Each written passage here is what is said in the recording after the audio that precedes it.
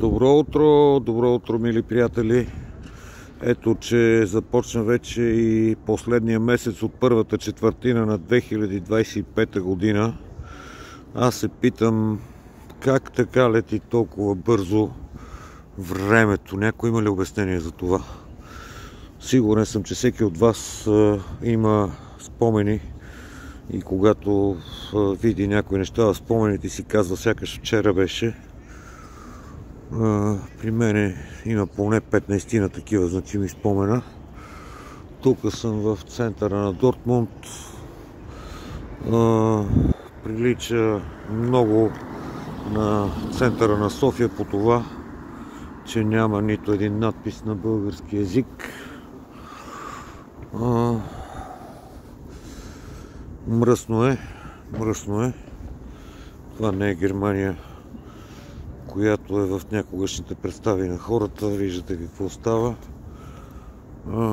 По центъра общо взето е пълно с чужденци.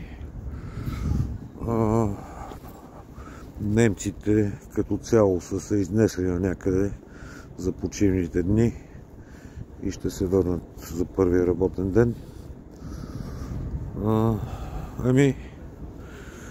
Да, сега вече наистина сме в края на първата четвъртина на 25-та година. Много се плямпа по телевизиите, особено българските.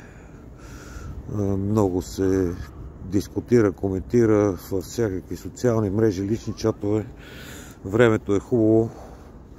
Моя съвет е: излезте, подишайте въздух, да ви огрее. Температурата е около 7-8 градуса в Дортмунд.